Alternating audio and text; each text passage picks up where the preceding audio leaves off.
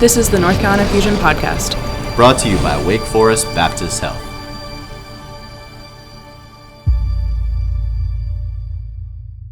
Welcome everybody to the North Carolina Fusion Podcast. I'm Scott Wollaston, Executive Director for Fusion. Today I have Terry Hales joining me. Terry is our North Carolina Fusion Board President, and we're going to talk about a couple topics related to our Board of Directors and make sure our membership knows what our Board of Directors does.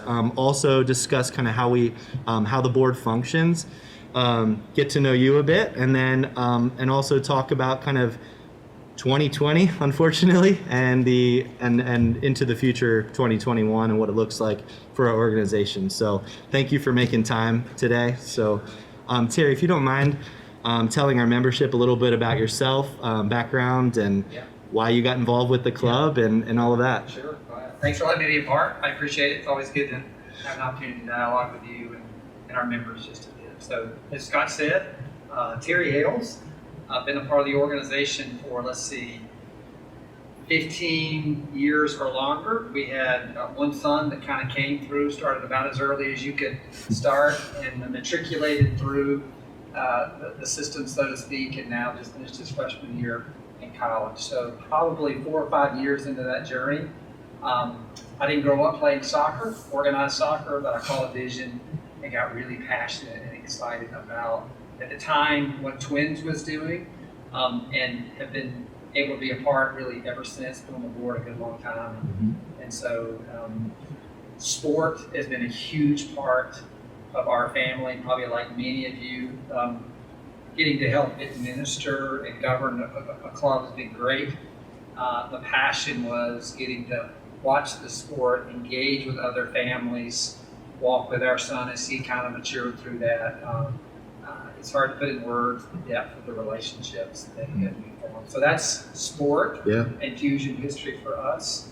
Been in Winston-Salem almost my entire life, so to speak. Worked for Wake Forest Baptist Medical Center now. I'm part of the larger Atrium LP. I've been here about 25 years in various roles, and I'm thrilled to be a part of it.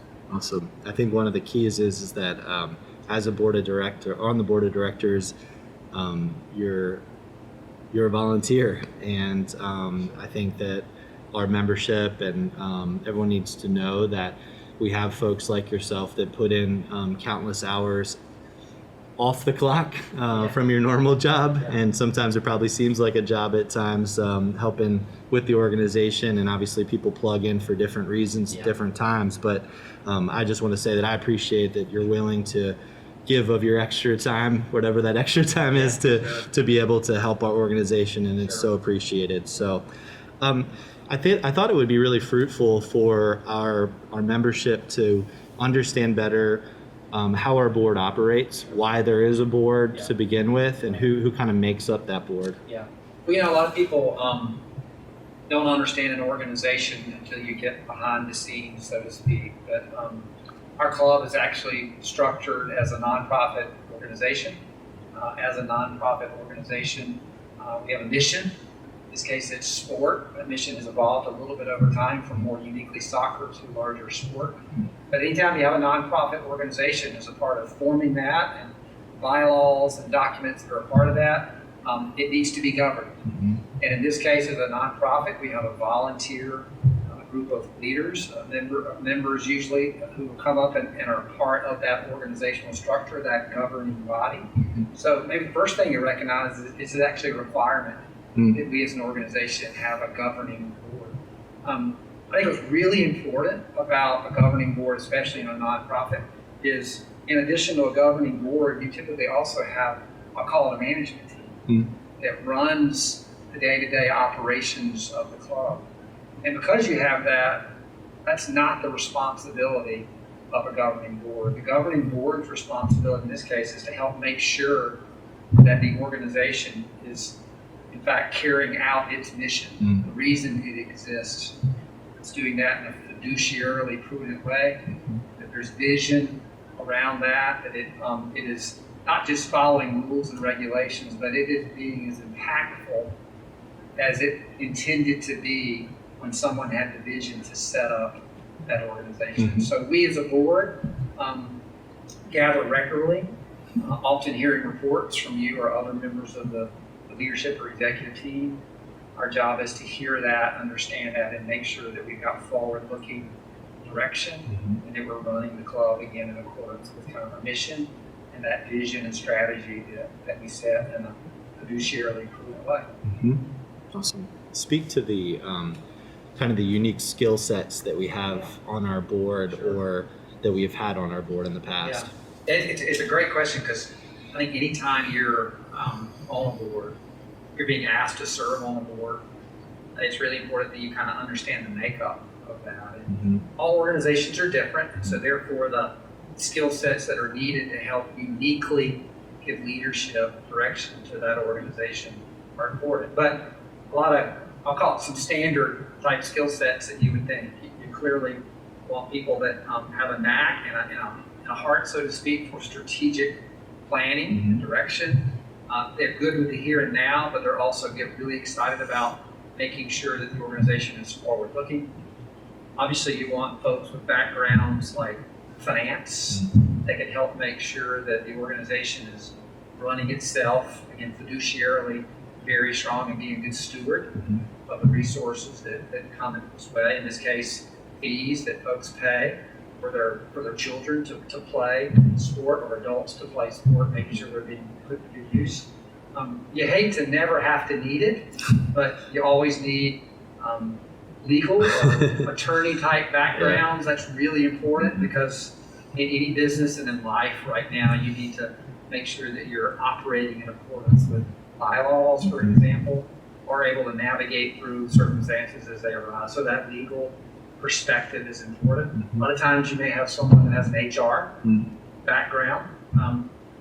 It's also helpful if you have maybe board members that have relative experience the organization they're serving on. In this case, sport. So sometimes you have board members that were players all throughout their either growing up and or into college, right? And so they just bring that intimate knowledge of the mission and the game or the sport, and that's always very helpful.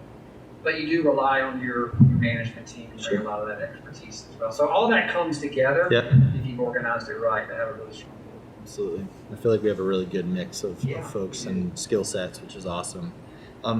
So let's kind of move into the current environment of our board or of our club, because I know that most people would think now as members that North Carolina Fusion is one entity. Maybe you can speak to how the setup is right now, why we're set up the way we are, and then maybe what changes are coming for, I guess, behind the scenes to help facilitate the final steps of that. Yeah, sure.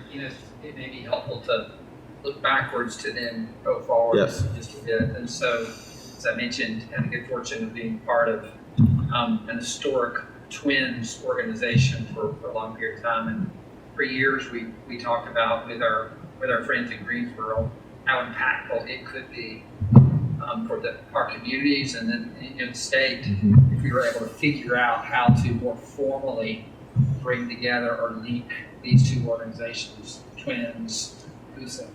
So we're now 3 years into the initial steps that we took to bring those two organizations together. And we didn't just day one merge those two organizations. We actually thought it was really important that we have, quote unquote, a season of acting and integrating, but still having those entities still exist. So we ended up creating what we now know as Fusion Management Company, really, that almost sits on top of still two organizations that exist today, Twins and USA. And both of those entities then looked to via very formal agreements a new Fusion entity to manage all aspects of sport within the historic Twins and USA. And that has been a beautiful step forward for us, so much so that if I ever talk about this, most people go, what? You aren't completely integrated yet, because it's been fairly seamless. And we have both governance as well as a management team, an executive team that thinks singularly about fusion and the collective. So while that has served us really well, anytime you maintain multiple organizations, you maintain additional complexity. Yeah. And there are aspects of that prevent you from being as efficient and effective as you can. And so from day one, we knew that the time would come to really take the next step of formally integrating the clubs. And as we look forward into 2021, that's a key critical priority for us that we'll work to execute on. And when I say that, I mean literally bring a full integration, financial integration, if you want to use that term, the two clubs. So instead of having two entities that still exist with a single management company over both, you would fold all of that into a new fusion or an evolved fusion and kind of really bring everything together. And that's a maximal efficiency and operational play, which we think will be seamless really for the organization, but will pay dividends from an efficiency standpoint and continue to streamline operations and things like that. So we're excited about that next step. To move forward on that, we'll come together at the right time, and that will require a vote of our membership. And so we'll be calling on our membership body at the right time to come together and affirm that step for us. But the governance group right now is really excited about that final step forward. I think it's important to reiterate that from a membership perspective, folks won't see really any change. Once it's really something behind the scenes that is important for that final step for the organization to become streamlined and efficient and all the things that you've said.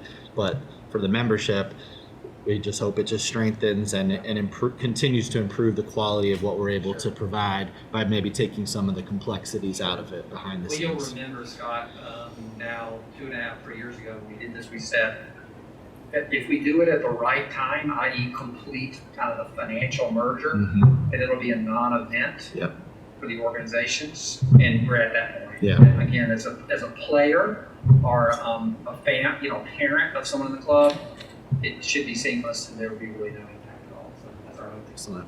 That's exciting. So let's kind of, I'd love to share from a board perspective. Obviously we've been in a tough, one of the toughest years ever in 2020, and not just for our organization, but for our community and our country. I'd love for you to share with our membership kind of your thoughts looking back on 2020 here as we are coming to the end of the year. Maybe share some of the struggles that we faced, and maybe some of the positives that came despite that out of 2020, and then sort of finish up with things that you're looking forward to in 2021 for our organization and where we're headed. Yeah. Wow. It's a big question.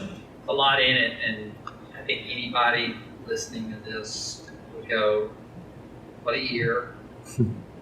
A year of firsts.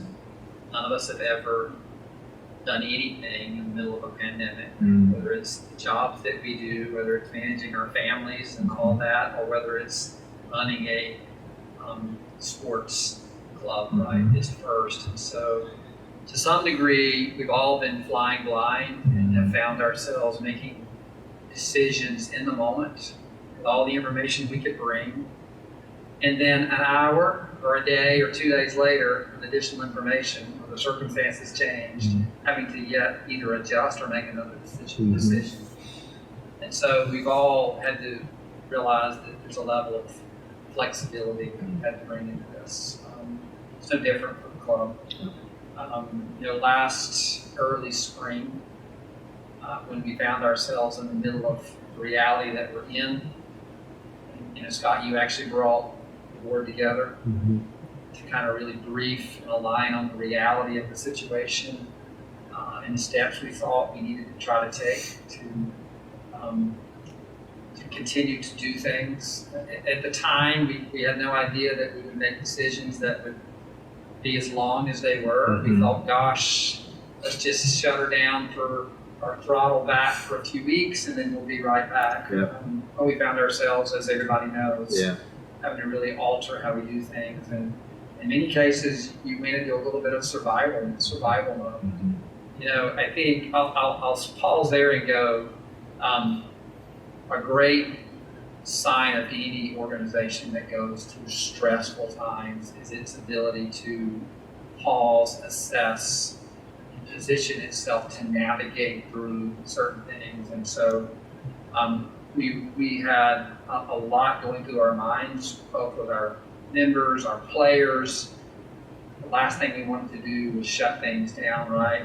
Yet we knew for all involved, for help and for lots of reasons, our coaches, our administrative staff, we had to do things differently. And so what did we do well? I felt like we really did do a nice job of assessing day by day the reality of things and positioning the club, the organization really, to try to weather a storm, acknowledging that we had to make decisions that none of us wanted to have to make, whether it was impacting jobs or just literally not playing sport, or sports that so many people are passionate about. So I thought we did that really well. I thought we also, at the right time, began to throttle back up in a very appropriate way. I'll re-ground us back in our mission, which is sport, right? And doing that in an incredible, deep, and enriching way. And as we had to develop a restart plan, so to speak, I thought we did that really well. Again, we find ourselves in seasons of navigating up and down. But operationally, the fact that we've been able to get back on the fields and train and play, I think it's pretty phenomenal. I'm really excited about that.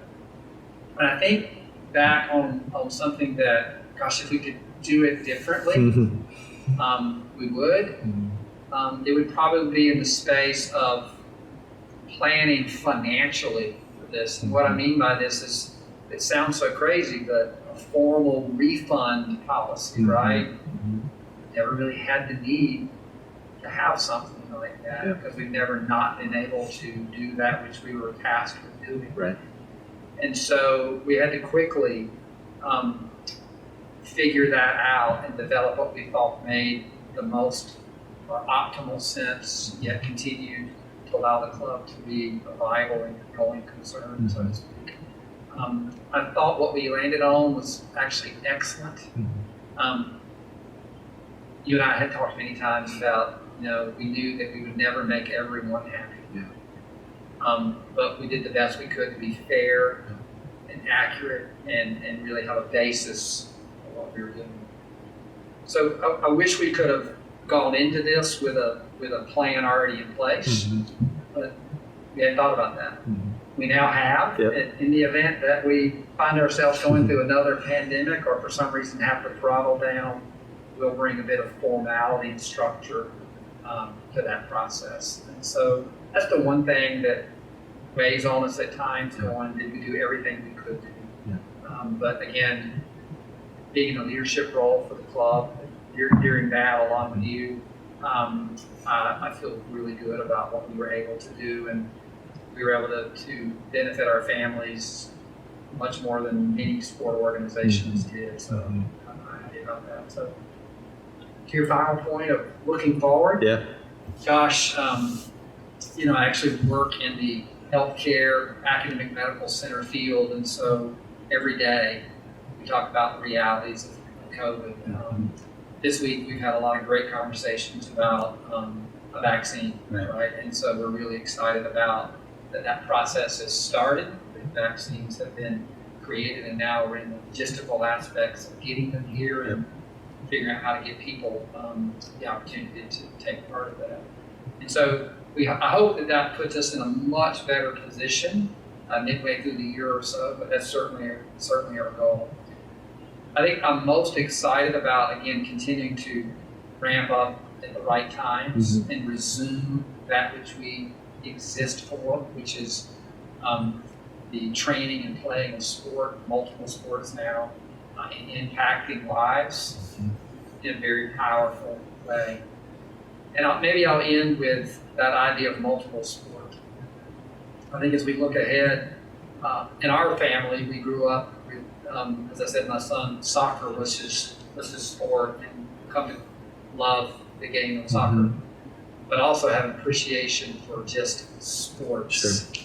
And again, the impact. And I'm so excited about, as Fusion continues to look forward, it has the opportunity to impact more children and families, because we've caught a larger vision for multiple sports playing to a much hopefully larger footprint of folks that want to be engaged. And so I'm really excited about impacting more lives in 21 and in the coming years after that.